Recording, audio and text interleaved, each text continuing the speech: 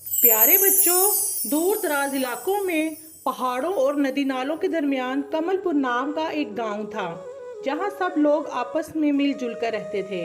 सब एक दूसरे की मदद करते थे। वो गांव अपनी कुदरती खूबसूरती की वजह से दूर दूर तक मशहूर था।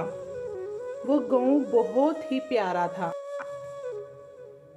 बहुत से बादशाहों और उमरा ने इस गांव को खरीदने की कोशिश की, लेकिन इस गांव के लोग बहुत सादा थे, इसलिए वो किसी भी लालच में ना आए और अपने गांव की खूबसूरती बरकरार रखी। एक दफ़ा एक जालिम जाबर बादशाह का वहाँ से गुज़र हुआ तो उसका दिल इस गांव पे आ गया।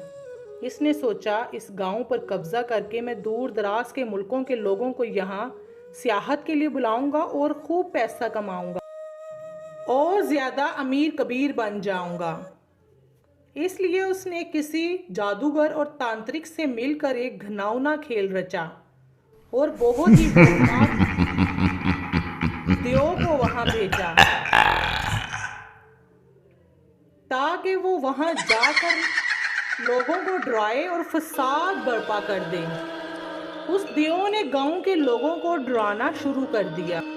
रामू और राजू सुबह सुबह उठकर अपने खेतों में जा रहे थे। उन्होंने देखा कि एक बहुत ही खौफनाक बला उनके खेतों और फसलों को खराब कर रही है। वो सारा कुछ तबाह कर रहा था। लोग उसके खौफ से घर से निकलना बंद कर गए। शाम होते ही सब अपने अपने घरों में बंद हो जाते और कोई भी बाहर ना आता। एक दिन मोटू पतलू अपनी खाला से मिलने उस गांव में आए। पतलू को मोटू की खाला का गांव बहुत ही पसंद आया, लेकिन वो इस बात पर हैरान हुए कि शाम होते ही सब अपने अपने घरों में घुस गए और डरने लगे।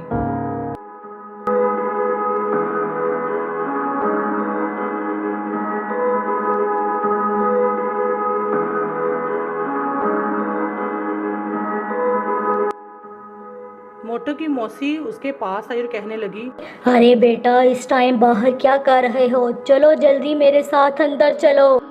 मोटू बेटा, ये वक्त भूत के आने का है। वो बाहर जिसको भी देख लेगा उसको खा जाएगा और उसका खून पी जाएगा। बाहर मत जाना। अरे मोटू, हमें इन लोगों की मदद करनी चाहिए। देखो कितना प्यारा गांव तबाह हो रहा है। चलो।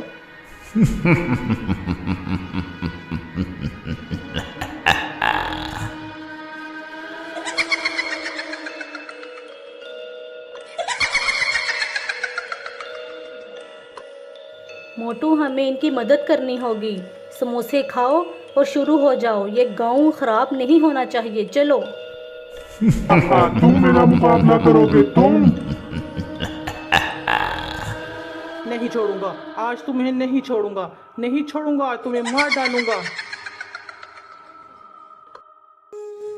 तो इस तरह मोटू ने सब गांव वालों की जान बचाई। गांव वाले बहुत खुश हुए और दोबारा हंसी खुशी रहने लगे। कमलपुर दोबारा से खूबसूरत हो गया।